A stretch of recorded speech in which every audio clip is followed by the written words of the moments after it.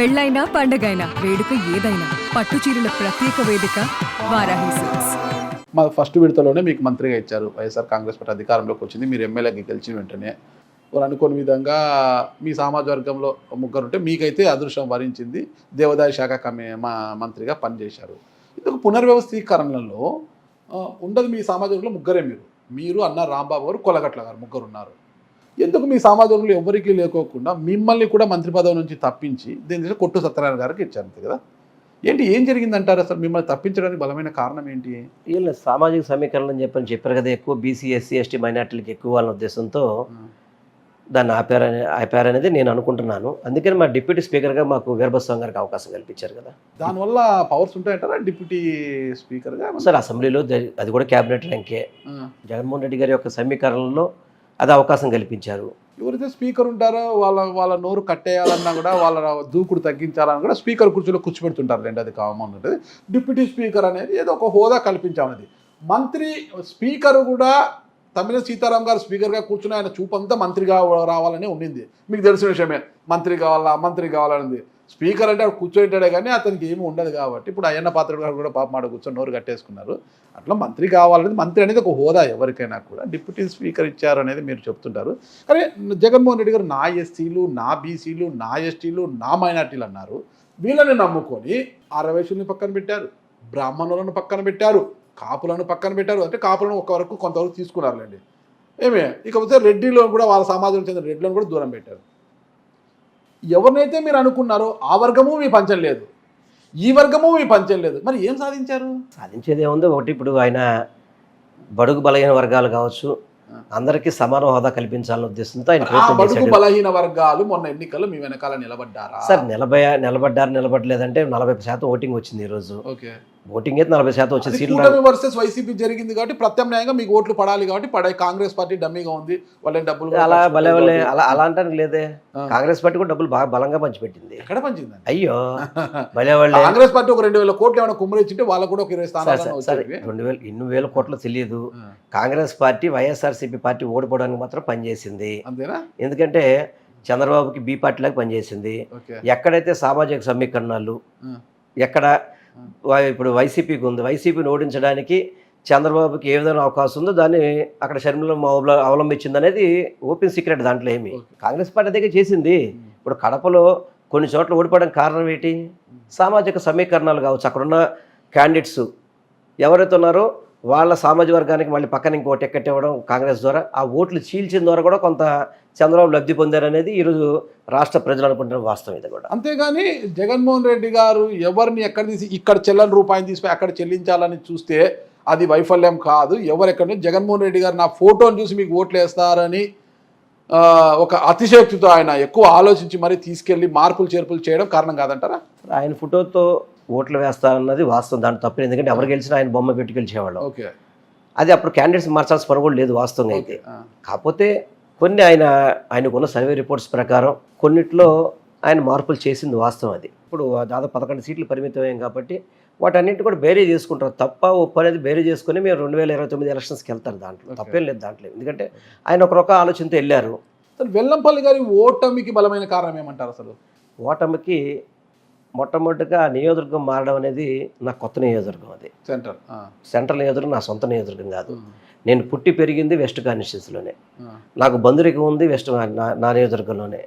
నాకు స్నేహితులు ఉంది అంతా కూడా ఈ నియోజకవర్గంలో ఉన్నారు. నేను 2009లో 294 సీట్లు పీఆర్పీ పోటీ చేస్తే 18 సీట్లు మరి నేను ఉన్నా కదా వెల్లంపల్లి సీనుగా.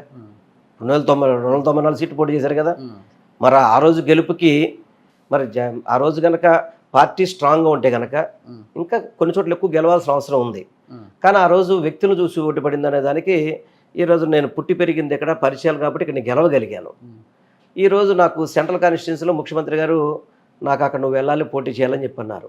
ఒక నాయకుడు చెప్పిన మాట, ఇక్కడ పశ్చిమంలో మాట చెల్లుబాటు కాదు, నీ కథ అయిపోయింది అన్నారా? అట్లా ఏం చెప్పలేదు. అక్కడ నువ్వు పోటీ చేస్తే బాగుంటుంది, ఇక్కడ పోటీ చేస్తే ఎందుకు బాగుంటుందని, ఇక్కడ మైనార్టీకి టికెట్ ఇవ్వాలని. ఓకే, ఇక్కడ మైనార్టీ టికెట్ ఇవ్వాలని ఆయన ఆలోచనలో మైనార్టీలకి కొంత ప్రాధాన్యత ఇవ్వాలని ఆలోచనతో ఇచ్చారు. ఎందుకు ఇవ్వాలనుకున్నారు? అంటే జనరల్గా మైనార్టీస్ కొన్ని చోట్ల ఇప్పుడు ఆల్రెడీ ఇంతకుముందు గతంలో కూడా ఇక్కడ మైనార్టీలే ఎమ్మెల్యేలు చేస్తున్నారు. సరే, ఇక్కడ మీరు సిట్టింగ్ ఎమ్మెల్యే మంత్రిగా పనిచేశారు, ఉన్న మంత్రి పదవిని పీకేశారు, అప్పటికే ఎమ్మెల్యే అభ్యర్థిత్వాన్ని కూడా అక్కడికి మార్చారంటే. ఒక మాట మంత్రి పదవి పీకేస్ అనడంలో పక్కన పెట్టండి, ఎందుకంటే ఆయన మొట్టమొదటి చెప్పాడు 2.5 సంవత్సరాలే క్యాబినెట్ అని. కరెక్ట్, మిమ్మల్ని తీసి అన్న రాంబాబు గారికో కొలగట్ల గారికో ఇవ్వచ్చు కదా. దానికి ఆయన ఈక్వేషన్స్తో ఆయన డిప్యూటీ చైర్మన్ డిప్యూటీ స్పీకర్ ఇచ్చి ఉన్నాడు. సరే, దానికి ఎందుకంటే ఆయన ముందే చెప్పాడు పీకేసింది అని మాత్రం అనొద్దు, ఎందుకంటే ఆయన మొట్టమొదటి మా ప్రమాణ స్వీకారానికి ముందే చెప్పాడు 2.5 సంవత్సరాలు అని చెప్పని. కొంతమంది ఉంచుకున్నాడు, అది కూడా చెప్పాడు ఆయన. అనిల్ యాదవ్కు తీసేశారు, కారుమూరు నాగేశ్వరరావుకి ఇచ్చారు. ఒక కాపుని తీసేశారు, ఇంకొక కాపుకి ఇచ్చారు. ఒక రెడ్డికి తీశారు, ఇంకొక రెడ్డికి ఇచ్చారు. ఓకేనా అండి? ఆ పరిస్థితుల్లో మరి ఎందుకు అసలు మిమ్మల్ని తీసేప్పుడు ముగ్గురు ఉన్నారు కదా, మీరు అన్నా రాంబాబు గారు, కొల్లగట్ల గారు డిప్యూటీ స్పీకర్, ఆయన అడగండి, ఫోన్ చేసి అడుగుతాం, చాలా సంతోషంగా స్వీకరించారని. ఏదో ఒకటి ఇచ్చింది దొరికిన చేయాలన్నట్టు మహాప్రసాదంగా స్వీకరించారు. ఆయన మంత్రి పదవి ఆయన వద్దంటారా? అన్నా రాంబాబు గారు మంత్రి పదవి మీద ఆశ పెట్టుకోలేదా? అందుకే దాని అలకపోతే అసంతృప్తికి గురయ్యారు ఆయన. మరి మీ సామాజిక వర్గంలో కావచ్చు, బ్రాహ్మణ సామాజిక వర్గంలో కావచ్చు, మల్లాది విష్ణు గారు ఆశ పెట్టుకున్నారు, మీకు బాపట్ల ఎమ్మెల్యే గారు కోన రఘుపతి గారు ఆశ పెట్టుకున్నారు, మీ సామాజిక వర్గాలకే తూచనేసినారు. అంటే ఏంది అసలుకి? మరి ఈరోజు చంద్రబాబు నాయుడు బ్రాహ్మణ సామాజిక వర్గాన్ని మంత్రి ఎందుకు ఇవ్వలేదు? ఆ విషయము టీడీపీ చూసుకుంటుంది. ఓకేనా? మీ సామాజిక వర్గం మొదట విడతలో మీకు ఇచ్చి రెండో విడతలో ఎందుకు తీసేశారు? మిమ్మల్ని తీసి ఇంకొకరికి ఇవ్వాల్సిన అవసరం లేదు కదా. ఒకటి సార్, మంత్రి పదవి పోయింది, ఒకటి ఉన్న నియోజకవర్గము పోయింది, మరి ఏంటి అసలు పరిస్థితి? సార్ ఒకటి చెప్తున్నా సార్, నేను నాయకుడిని నమ్ముకున్నాను, నాయకుడు మంచి చేస్తారన్న ఉద్దేశంతో మనం ముందు నడుస్తున్నాము. మా నాయకుడు చెప్పిన మాటే నేను పాటించే, దాంట్లో ఎటువంటి ఆలోచన లేదు. దానికి మా సామాజిక వర్గం సంబంధించి ఆయన మంచి ప్రయారిటీ ఇచ్చాడు వైఎస్ఆర్కి. ఎందుకంటే గతంలో గౌరవ రోసయ్య గారు, వైఎస్ రాజశేఖర రెడ్డి గారు ఉండగా వాసవి దేవాలయాలకు మాత్రమే ఎగ్జామ్షన్ ఇచ్చారు. ఈరోజు మా సత్రాలకు కూడా మాకు ఎగ్జామ్షన్ ఇచ్చాడు ఆయన, జగన్మోహన్ రెడ్డి గారు. ఈ విధంగా అంటే ఇదివరకు మా సత్రాలు కూడా ఎండోమెంట్ పరిధిలో ఉండేవి, వాటన్నిటినీ వంశపారపర్యం ఎవరైతే ఉందో వాళ్ళకి ఇచ్చామని చెప్పని జీవో ఇచ్చిన మనిషి మా జగన్మోహన్ రెడ్డి గారు. అదేవిధంగా November 1 అనేది పొట్టి శ్రీరాములు ప్రాణత్యాగ ఫలితంగా వచ్చిన ఆంధ్ర రాష్ట్ర అవతరణ దినోత్సవం. అది చంద్రబాబు నాయుడు గారు November 1 తీసేసి June 2 తెలంగాణ ఆవిర్భావం దినోత్సవం నాడే ఇక్కడ ఇంకో కార్యక్రమం పెట్టేవాడు. కానీ November 1 మళ్ళీ ఆయన వచ్చాక మళ్ళీ పెట్టిన వ్యక్తి జగన్మోహన్ రెడ్డి గారు. అదేవిధంగా ఆర్యవయసులకు సంబంధించి చింతమణి నాటకం మీకు ఐడియా ఉంటుంది కొంత. అందులో కొంచెం వైశ్యాస్ని బాగా ఇబ్బంది పెట్టే విధంగా సుబ్బిశెట్టి చింతామణి ఏదో కావచ్చు దాంట్లో ఉంటే, దాన్ని దశాబ్దాలుగా నాటకం రద్దు చేయమని చెప్పని వైశ్యుల దగ్గర నుంచి కోరుకుండేది. దాన్ని రద్దు చేసిన వ్యక్తి జగన్మోహన్ రెడ్డి గారు. అలాగే వైశ్యులకి నామినేటెడ్ పదవుల్లో మీరు చూసుకోండి, మీరు మంత్రి పదవి పక్కన పెట్టండి, దాదాపు 4 కార్పొరేషన్ చైర్మన్లు ఇచ్చాడు, టీటీడీ బోర్డులో 2 ఇచ్చున్నాడు, తర్వాత అనేక దేవాలయాల్లో మెంబర్షిప్లు ఇచ్చాడు. ప్రాతినిధ్యం ఇవ్వకపోలేదు, అందరికి ఇవ్వడం జరిగింది, గతంలో కంటే ఎక్కువ ఇచ్చాడు. కాకపోతే మీరు అన్న దాంట్లో ఒక మంత్రివర్గంలో లేనిది మనం ఎత్తు చూస్తున్నాము. అలాగే పబ్లిక్ కూడా దాన్ని అదే చూశారనేది నా భావన, ఇప్పుడు నాకు అనిపిస్తుంది భావన. ఆ రోజు జగన్మోహన్ రెడ్డి గారు ఏంటంటే బీసీ ఎస్సీ ఎస్టీలకి మైనార్టీలకి ఎక్కువ % ఇవ్వాలి, అది దాదాపు ఇదివరకు 50% ఉంటే దాన్ని 70%, 75%, 80% పెంచుకుంటూ వెళ్ళాడు. దాంట్లో పెంచేటప్పటికి మా బోటోళ్ళకి అవకాశం పోయింది.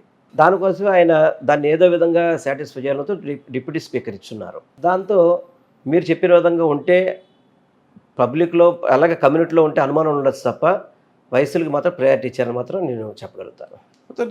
నియోజకవర్గం మార్పు వల్ల మీరు ఓడిపోయారంటారా?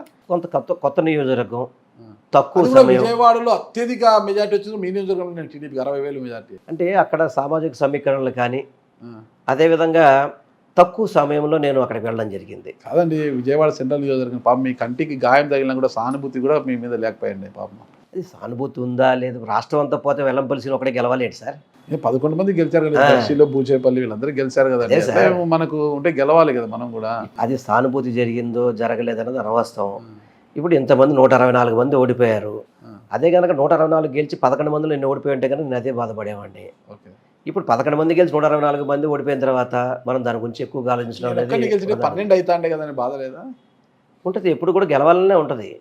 గ్యారంటీ గెలవకూడదని ఎవరు ఉండదు. ఓడిపోయారు, నేను ఓడిపోయిన అనడం కన్నా ఒకటిసారి ఆయన ఇచ్చిన టాస్క్ని నేను చక్కగా 3 నెలల్లో ప్రజలను కలిశాను, ఎక్కడ ఒళ్ళు దాచుకోలేదు, గెస్ట్గా పనిచేశాను. కానీ ప్రజల నుంచి ఈ తీర్పు వస్తుందని ఎక్స్పెక్ట్ చేయలేదు నేను. సుమన్ టీవీలో మీ పర్సనల్ అండ్ బిజినెస్ ప్రమోషన్స్ కోసం కింది నెంబర్కి కాంటాక్ట్ చేయండి.